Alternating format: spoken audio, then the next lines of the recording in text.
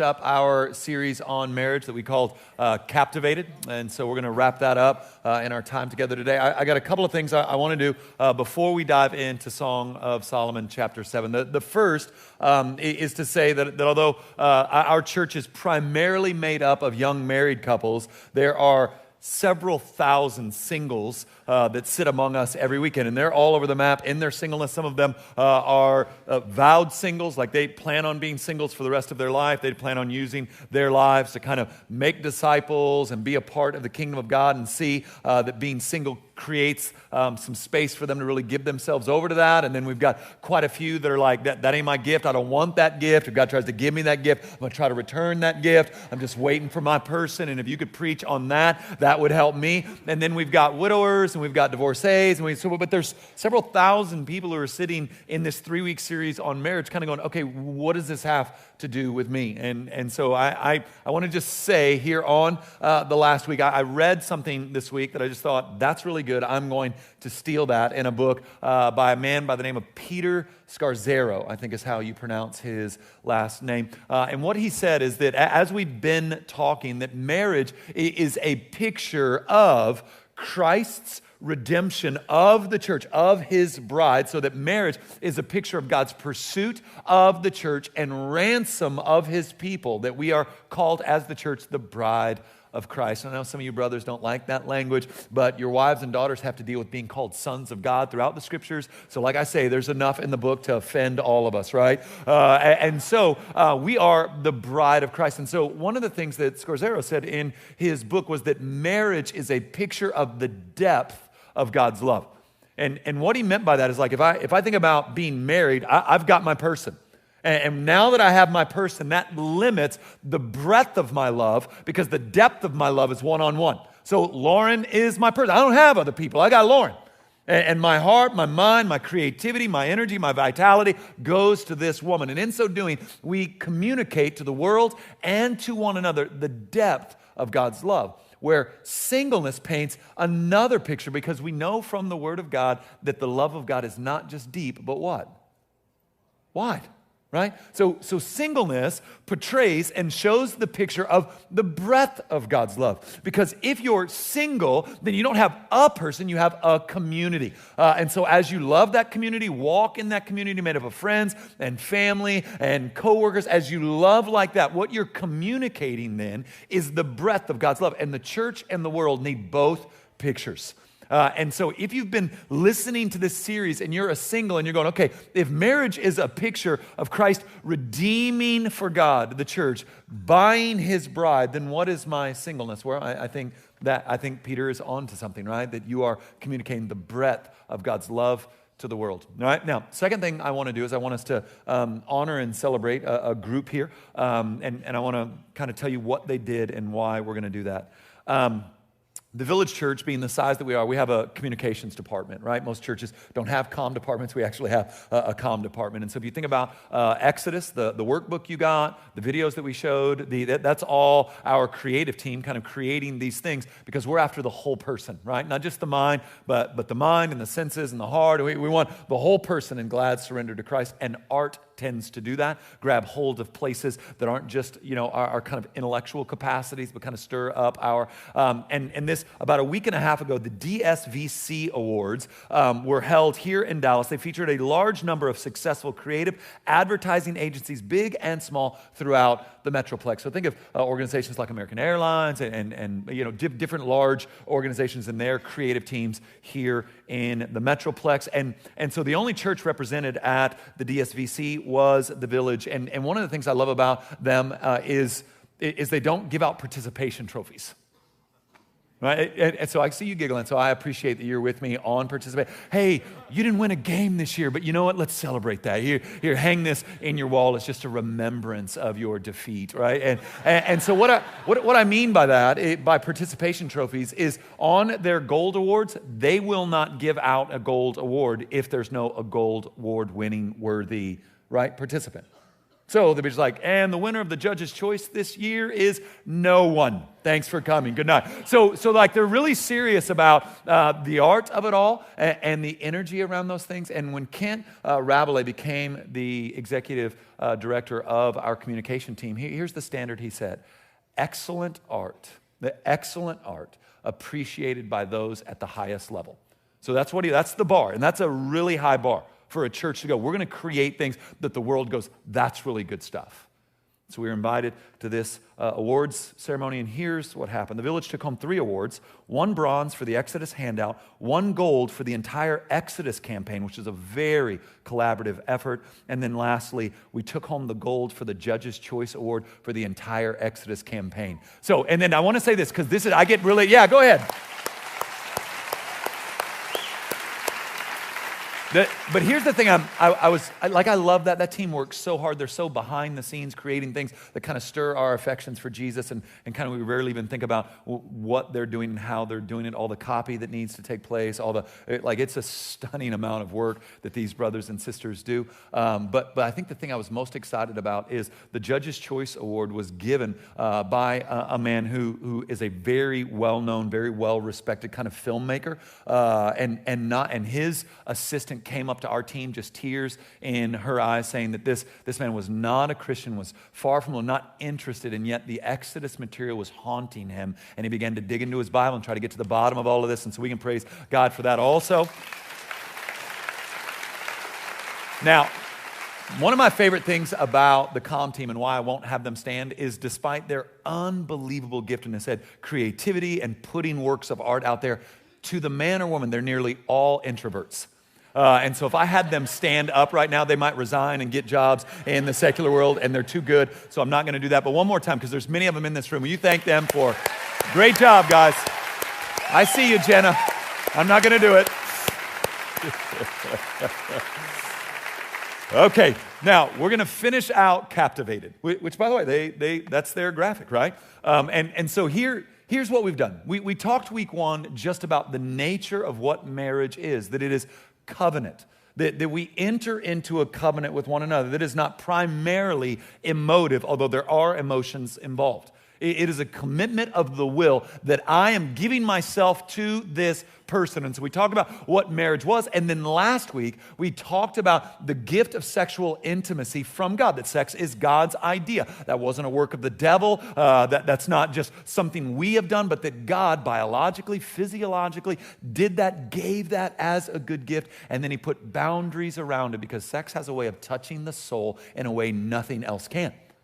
And so we talked about the fact that the boundaries have fallen for us in good places, that the Christian doesn't think sex is dirty or, it's like dirty, disgusting, gross, save it for the one you love. Like, we don't believe that. We think it's a really beautiful thing that's very powerful, and so we need to keep it in the boundaries that the creator of it has given to us. So we talked about that last week. And then here's how I want to end our time together. I want to end our time together talking about marriage by thinking about and looking at how we might continue to cultivate our marriage where we are today in our hopes of getting to be, by the grace of God, 85, 90 years old, still in love, surrounded by grandchildren and maybe even great-grandchildren, and grossing out, right, our grandchildren by still being affectionate to one another, right? I want to talk about how we can do that. Maybe this is the best illustration. This is the one I historically have used. My wife, she likes fire in the fireplace. It's not a joke to say that as soon as we are in the low 70s, she will turn on the air and want me to start a fire. So like she just loves it. But I don't get to be the man that has the light switch fireplace. Not to shame you, but how many of you have the light switch fireplace? It's just me being envious. All right, like here's you get home, you're like, oh, it's a little chilly. Oh, not me. Like, I'm a caveman, like I got to go find a flint rock, gather some kindlings. I look like Tom Hanks on that movie In the Island trying to start fire. And then you've got to make sure it gets enough air, and then you've got to tend to it. You can't just leave it alone, which means about every 30 minutes, I got to go back out into the cold and grab more lumber and bring it in and put it in. And you've got to keep adding logs to the fire or the fire goes out. And so maybe the way to think about our time together today is what are logs that we can be adding to the fire in our marriage to ensure that thing stays toasty, right? Can I use that word, toasty? I think I can. I just did. You can't stop me. I did it. All right, let's look.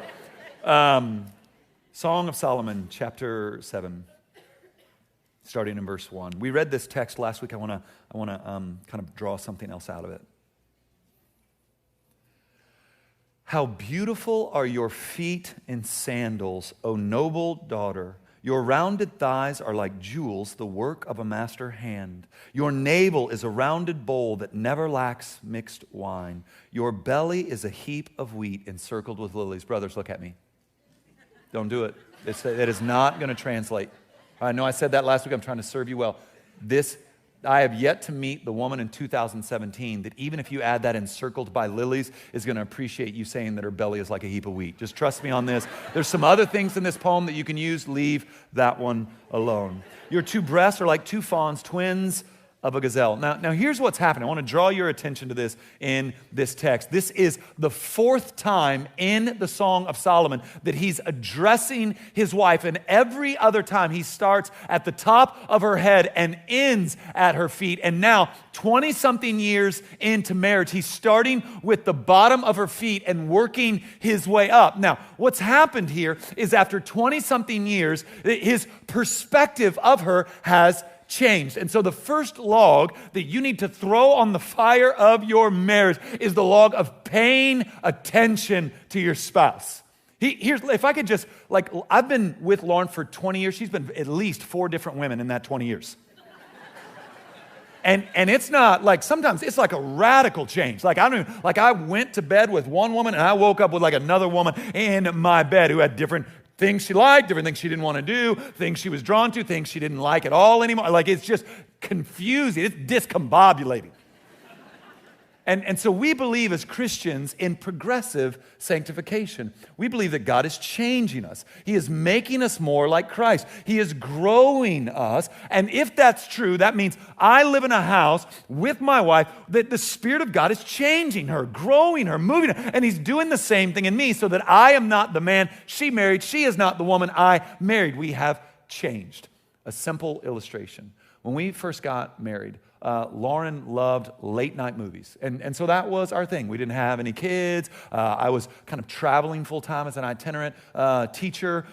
We kind of had an apartment over in HEB because it was the closest thing I could get to the airport. And man, I was just traveling, teaching all over the place. And so, man, our thing was, hey, it's 9:45. What do you want to go do? Let's go see a movie. And we'd go to these late movies, get home at 1 and go to bed and then get up and start again. And that is not the woman I am married to right now. I can't even imagine what would happen if I came and was, hey, 10:15 showing a Wonder Woman, let's do it. That will not go. She's like, do you not know my day? Do you not know what we have? That would just go bad for me. In fact, and if you work for LISD, I think that there's nothing you can do about this now. I'm just going to test the waters. When Rogue One came out in December, I pulled my kids out of school. I just said, hey, I need the Chandler kids. What's up? I was like, well, I'm their dad and I want them. Because I didn't want to lie. And we go, they all have dentist appointments. I didn't want to do that. I just said, hey, I need my kids. Yeah, I'm their father. I'd like my kids. Give me my children. And then we went up to AMC and we watched Rogue One. And at the apex of Rogue One, everything's blowing up and it's and Reed's my 11-year-old, he's just so giddy, like a tear, one tear going down and he's looking at me. He's like, you love me, Father. I'm like, I do love you. And then we all look down and Lauren has her head and her mouth, she is sound asleep at 2 p.m. This is not a woman I could take to an 11 o'clock show anymore, right? But that is who I married. She's changed. I need to be paying attention. There are few things. I've got to calm down or you're not going to listen to anything I say.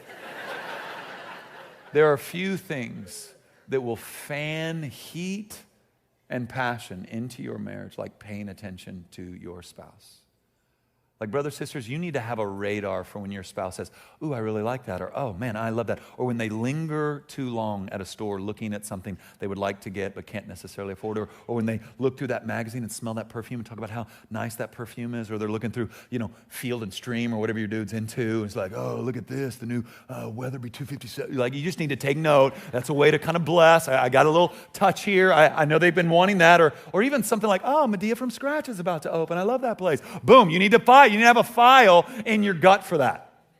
Now, you just need to pay attention. This is what they like. This is what they don't care for. This stresses them out. This does not stress them out.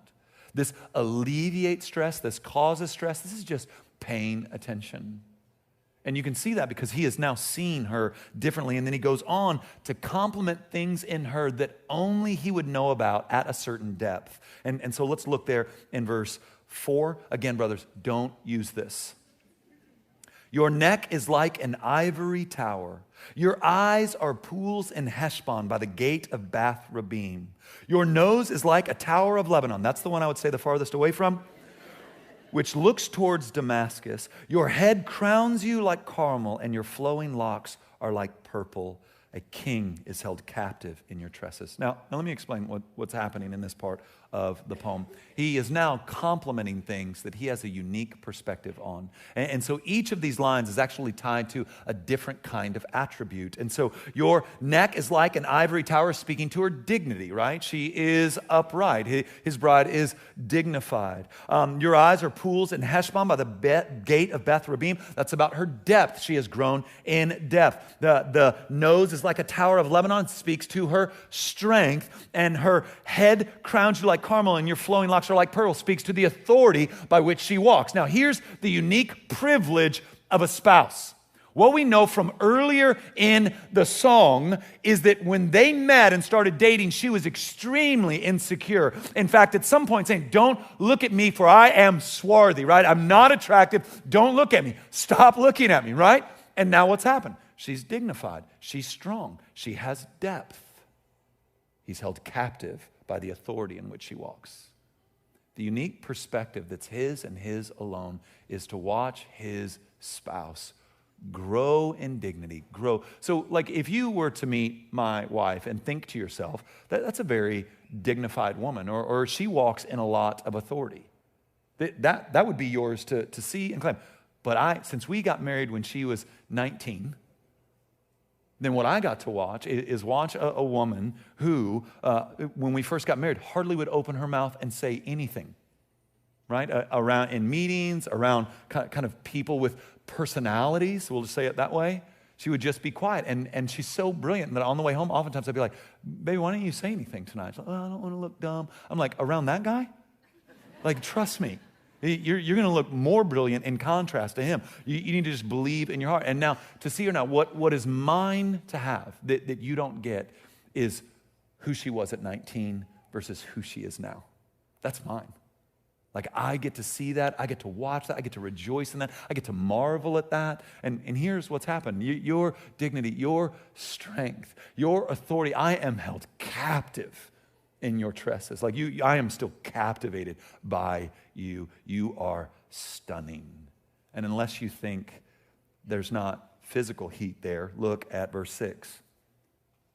How beautiful and pleasant you are, O loved one, with all your delights. Your stature is like a palm tree, and your breasts are like its clusters. I say, I will climb the palm tree and lay hold of the fruit. This is the appropriate time to remind you we're reading from the Bible. So, right, like people think that our God's all crusty and really buttoned up, and this is about like climbing a tree and grabbing some fruit. This is like in the Bible. Like I'm not reading off of, I'm reading out of the Bible. But then watch what's happening. Still would stay away from these, brothers. I say I will climb the palm tree and lay hold of its fruit. Oh, may your breasts be like clusters of the vine. Now, here's what I think you can use. And the scent of your breath like apples, and your mouth like the best of wine. So I'd say keep away from, I'm going to climb that tree, grab hold of the fruit. And I would go more with, hey, your breath, your mouth is like the sweetest of wine. What? He has paid attention. And he knows how to woo, he knows how to romance, he knows how to love, he knows how to speak to her inner beauty and not just her outer beauty. And as I pointed out last week, look at how her dignity, her strength, her growth, his growth has actually turned into a type of aphrodisiac. In a day and age in which physicality becomes the king or queen of attraction, what we see here, 20-something years into marriage, is the depth of soul becomes a fiery aphrodisiac.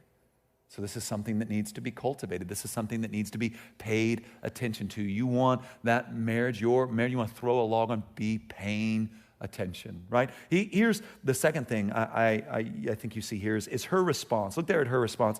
It goes down smoothly for my beloved, gliding over lips and teeth. I am my beloved's, and his desire is for me. I love her response because here he is. I mean, he's got some game. I respect this brother. He's like digging into his soul and climbing the tree, and your breath's like some apples, and you know how I love wine, and your lips taste like that wine, right? I mean, he's got some game. I respect this man. And then what's her response back? Oh, I like what you're saying. It goes down smoothly. Say some more to me. I love this. Right? What she's being flirty back. Now, here's what I think what the second log is here. Most people, the tendency, the drift, as we get older, especially if we get married young is to get a little crusty. To just stop being as flirty, to kind of drift towards, we just got things we've got to get done, and kind of that playfulness and affection that's there early on ceases. And I think the second log here that we see in this interaction is that you must fight for and pursue fun and what the Bible calls in Titus brotherly affection. Brotherly affection. You should cultivate a rich and real friendship with one another. You should laugh often, and you should try to create spaces in which fun is the rule. Like that's literally in our kind of 4 main rules of the Chandler house. Well, one of our rules is we're going to have fun. We're going to laugh a lot in this house, and dadgummit, if you're not laughing, bad things are happening. All right, we're going to have a good time. Have a good time right now. We want to just cultivate an environment where we're serious about laughter and fun, and I especially want to do that with my wife. And just, this is free, not in the notes. If it's not fun for your spouse, it's probably not fun. I'm just saying that because I know some of you brothers are like, what, baby? I was trying to fight for fun, like Pastor said. Well, yeah, dumping cold water on her while she's in the shower probably isn't her idea of a good time. But you just have to find places to have fun. You've got to find this, because it doesn't mean that since your man's into hunting, you're going hunting, right? And it doesn't mean because she's into whatever, you're going to go do that. That's not what it means. It means you need to find these spaces where you can laugh and have fun. So we want to fight for that. I'm always trying to think of just small, easy ways to let Lauren know I'm thinking about her. So she's singing this weekend, and so every time she sings, I will get her phone and I will take a picture of myself and I will just reset all of her stuff with my picture on it. And I know some of you right now touch my phone, see what happens. But for what Lauren has not told me to stop that, so I'm just going to keep doing it. It's just this little, I'm thinking of you. It's just this little, I love you. It's just this little, hey, I want to play. I'm playing. Now, when she finally says, quit doing that to my phone, then I'll figure out something else. But it's just a simple, easy way to go. I'm thinking about you. I want you to know that I am thinking about you, and I love it when you sing.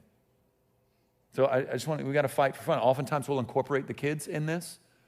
Like one of my favorites is just, you just put a little bucket of water balloons out with the weakest, saddest water guns you can, because you and your spouse have the good ones in the backyard, and you just put a big note on it saying, Mom and Dad are out back, come get us. And then you got like hoses and like a water cannon, and they got, and then you just have a blast. And what is this? Listen, this is godliness. Laughter is a really good gift from the Lord. We're not to be crusty people. We've been bought with the blood of Christ, been reconciled to our Creator. Who should laugh like we laugh? Who should enjoy like we get to enjoy? We're free. We're free. Fight for fun. And then look at where it goes next. Come, my beloved, let us go out into the fields and lodge in the villages. Let us go out early to the vineyards and see whether the vines have budded, whether the grape blossoms have opened, and the pomegranates are in bloom. There I will give you my love. The mandrakes give forth fragrance, and beside our doors are all choice fruits, new as well as old, which I have laid up for you, O my beloved. So I think there are 3 things here that I want to point out. I'll start by telling you the story of Dudley Callison. Right after I became a Christian, there was a man that did a lot of work with students in my area. His name was Dudley Callison. And one night, there was probably about 20 of us, and Dudley was telling the story of how he got engaged, and here's his story. By the way, if you're single, I'm about to take something from you. Dudley picked up his girlfriend, soon-to-be fiancée, in his car. She got in the car. They drove out to this lake. This all happened in Arkansas. And they get out to this lake, and they get in this canoe, and they canoe out to this island in the middle of the lake. And there, I guess there's some interns or something that had set up dinner, and they served them dinner. And then the speedboat picked them up. And then they kind of went around the lake on the speedboat. And then when they got back to shore, his car was gone, and there was a limousine there. And then they got in this limousine, and they drove in this limousine out to this small airfield and got in this little plane, and they took off in this plane, and they landed back in the hills of Arkansas at some college back there. And then there's this chapel on that campus, and it had been set up for a wedding with all the candelabras, and there was just a giant card at the altar that had her name on it. So she walked up, opened the card, it just said, "Will you?" She turned around, boom, he's on the knee and proposed. It ain't even got good yet. And then when they walk out, there's this old beat-up, rusty truck that they get in, and they ride that truck to this restaurant where he had flown in all her friends and family, and his friends and family. They had this just kind of epic celebration that they're engaged. And then after everybody kind of went to their rooms and hotels and all that, he began to explain to her that each mode of transportation was symbolic of part of their life's journey together. That the car was symbolic of the normalcy of their life, that the canoe represented those times they were going to have to work hard together to get to a goal, that the speedboat represented the fun they were going to have, the plane or the limo represented when some other thing would be driving the direction of their life, the plane represented their spiritual journey, and the beat-up truck represented growing old together. Are you serious, Dudley? Like, he was telling this story, like, and I'm like, God, I hope the woman I'm going to ask him, like, that made me give up. I'm not going to lie. He told that story, and I was like, whatever. Lauren, I was like, what do you think? What are you doing the next 50, 60 years, right? Like you can't, like, man, no. I mean, what can you do? Like, everything else, if you heard that story, everything else, I'm like, nah. And then he followed that. They got married on a 31st, and to this day, as best I know, on the 31st of every month, I think there's 6 of those a year, he just buys her a gift and puts it somewhere in the house. Like, he doesn't tell her. He like gets her new perfume and puts it in the thing, or gets her blouse she was looking at and just hangs it in her closet. And so now, after all these years, like, she gets up, she's looking like, God help that brother if he forgets 131st, right? Because she's looking now. It's like, oh, where's the, honey, it's the 31st. Like, that's too much, man. That's a lot of pressure. Now, here's why I tell you that story. Look at me. Dudley Callison is a natural romantic. That is not most men. It's just not most men. And all weekend long, I've seen 2 reactions to that. I've seen, well, I was, kind of like, that's true. Nope. That's right. Say it again. Yeah, most men are not naturally romantic, but that's okay. All right? Now, here's what I think is happening. One of the things you're seeing here is the king of Israel and the queen. They are being disciplined in romance. So the other log that we need to throw on the fire is there needs to be some discipline about creating a sense of romance between us and our spouse. So back to you husbands who might not naturally be romantic. See, God has given you something in common grace that the thousands of years of men before you did not have. Google. Romantic creative date, $1 search. 400,000 ideas in 0.03 seconds. And maybe you're rolling right now. Maybe it's $, boom, right? I don't know. I don't know where you are. I don't know your tax bracket. Maybe you got like $4. I don't know you, man. I don't know what you're hitting in there. I don't think you can do a $half sign, but you'll find some ideas in there. Right? Maybe a cents sign in there to see what comes up. And then all you do, brothers, sisters, is then plan it. Put it on the calendar, prepare it. And you might be saying, I don't think my spouse needs that. Well, you might be right. Your spouse might not need that, but I'm guessing they're not going to hate it. Right? I'm guessing. I don't know where your marriage is right now. I'm guessing your spouse won't hate you being thoughtful about pursuing and cultivating romance between the two of you. So we're paying attention. We're fighting for fun, building up affection. And then what we see here is they're going to get away. They're going to break up the monotony. They're going to get out of the Monday through Sunday rhythms that make us forget and keep us from seeing the person. Like here's what I'm constantly trying to remind myself of. I love my children. I've got a 14-year-old daughter who just has my heart. My 11-year-old boy, he and I are more and more and more together, just spending chunks of time. In fact, for the first time ever on Saturday morning, he kind of joined me. We worked out together. That's the first time that's ever happened. I've been wanting that to happen since he was like 3, and he's finally there where he hopped in with us, and it was a blast, right? Now I just need to make sure he doesn't pass me, right? I got to keep that bluff in as long as I can. And then I don't know that I've ever met a happier soul than my 8-year-old daughter, Nora. I mean, she just bubbles with life. It's really hard for her to be upset about much of anything. But here's the thing. All 3 of them are going to get out of my house. They're going to get older, they're going to get their stuff, and they're going to get out. And I'll lament every one of those. I will lament and feel a real sense of loss with every one of those. But I cannot not cultivate a strong relationship with my wife that has me in another 8, 9 years wondering who I'm married to when the house gets quiet again. Because right now it's chaos. And all the parents with multiple children said, amen. First week of summer, anybody feel like an Uber driver this summer? A non-paid Uber driver? Yeah, I mean, just all over the place this week, right? We had like multiple camps, and it's just beginning. And in the chaos of this season, we must find moments to pull away and work on reconnecting with one another. That's not expensive. That's not elaborate. This is the king and queen. They're heading out to some orchard somewhere. This can be as simple as if you're going out with a group of friends, leave an hour earlier, catch a drink with mama and catch up. This can be, if you can, trying to find a way to pull away for just a couple of days, just the 2 of you, and do more heart-level work, not surface work. Do your best to not talk about the kids. Learn and cultivate good questions about how can I serve you better, and not ask that question in the hopes that you get to dump what you wish they could do better. Right? That's manipulation. That's not love. Find spaces to connect physically. Find spaces to connect emotionally and spiritually, to ask what God is doing. You're already paying attention.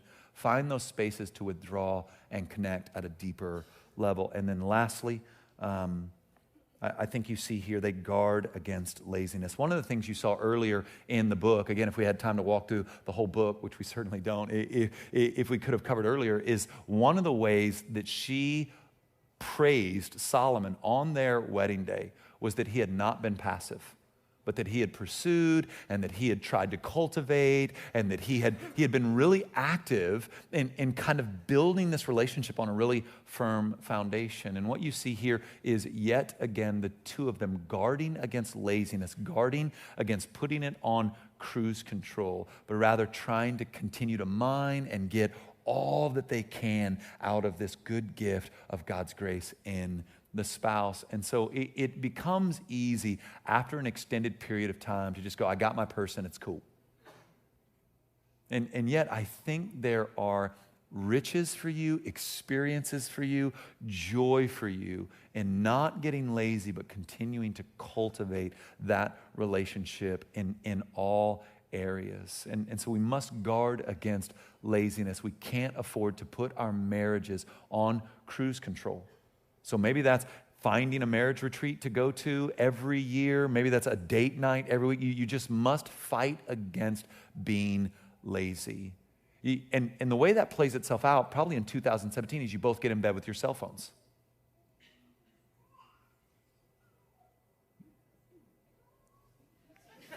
Just like I could feel how awkward the room got. Sorry.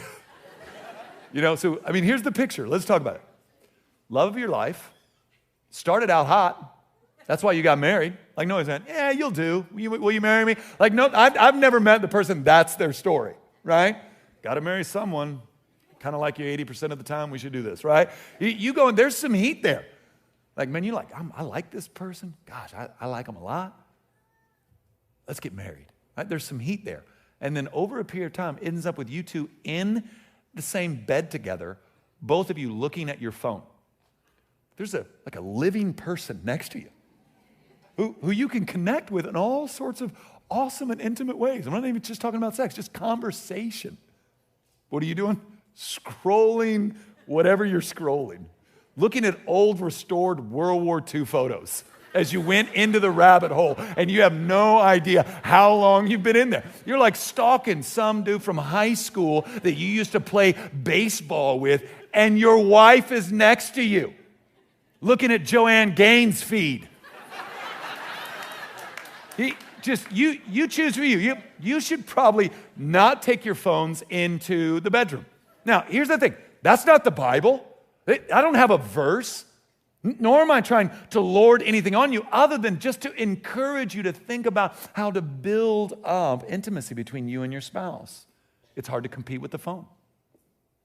And if the phone's there, so we'll just take it out of the equation. And then it's going to be awkward, for a little bit. Hey, how was your day? Good? Okay. You'll have to push through that. You'll have to fight through it. Don't be lazy here. There's greater joy to be experienced, greater intimacy to be walked in, to be more fully known than you currently are. But don't believe the romantic comedies you watch. That doesn't come without some work and without some discipline. Don't be lazy. Now here's how I want to end. In the Keller quote, here's what he said. According to the Bible, God devised marriage to reflect the saving love for us in Christ. So if you remember what we said early on, quoting from Peter Scazzero, is that marriage shows the depth of God's love. You're my person. I am pursuing you. I'm all in on you. You are going to be what's in my mind, what's in my heart. You will be the pursuit of my life is you flourishing as a person. That's the picture of marriage, the depth of God's love as revealed to us in the coming of Jesus Christ in his life, death, and resurrection. Which means everything related to marriage is a shadow of something greater. Everything related to marriage is a shadow of something greater than itself. And so when we're talking about this, when we're talking about kind of keeping the fire of love going, keeping intimacy going, keeping kind of a fervor and zeal for one another going, that's the shadow, but the form is found in this quote and found in Ephesians 5. That every time you see a man move towards a woman, every time you see a woman move towards a man, every time you see marital romance, you're seeing a picture of God's love for his church, God's love for his people. I think the way this is seen in one of the ways that's harder for us to digest, but maybe is a way that we could get it.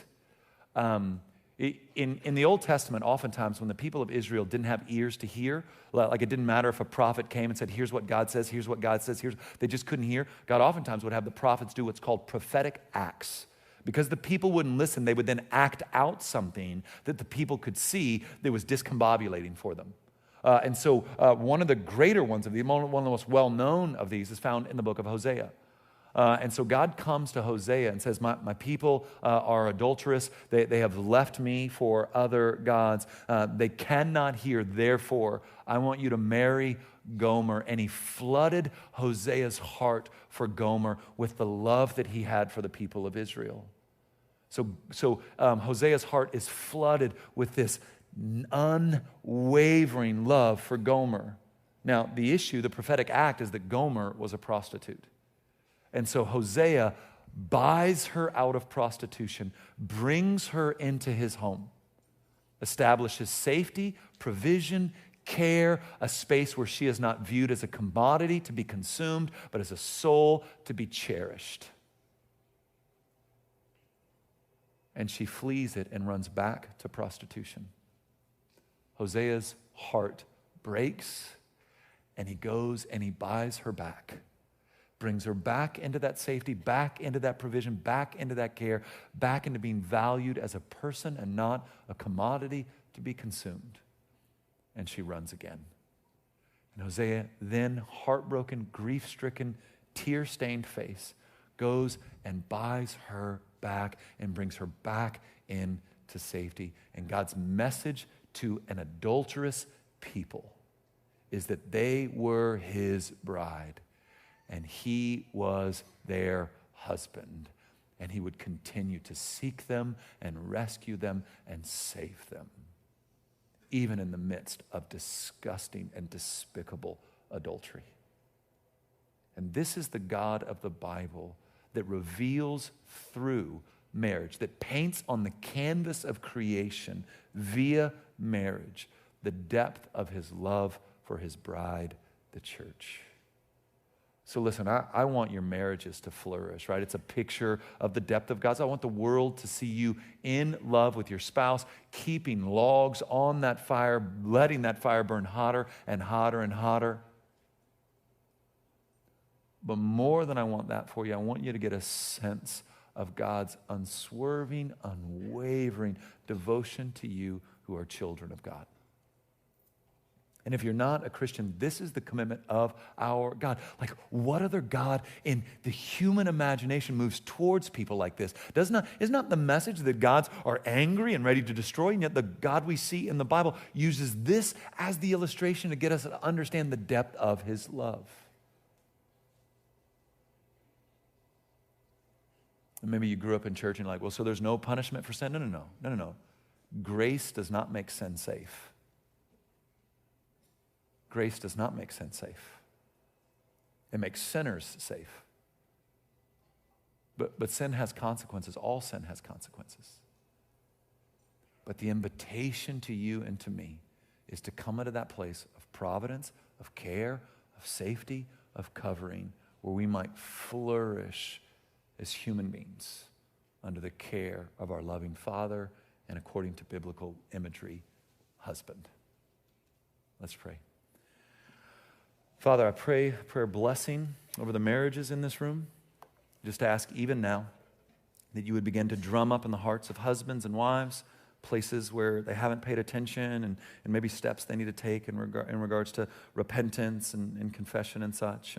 But I pray that even more than that they would get a real sense in this kind of romantic picture of marriage, of your pursuit of us, your love of us, your desire to shelter, care, and provide for us. Pray again for our singles in this place. I thank you for how they show us the breadth of your love. I ask that you would bless them, especially those who are eager to find a spouse and operate in this other picture that you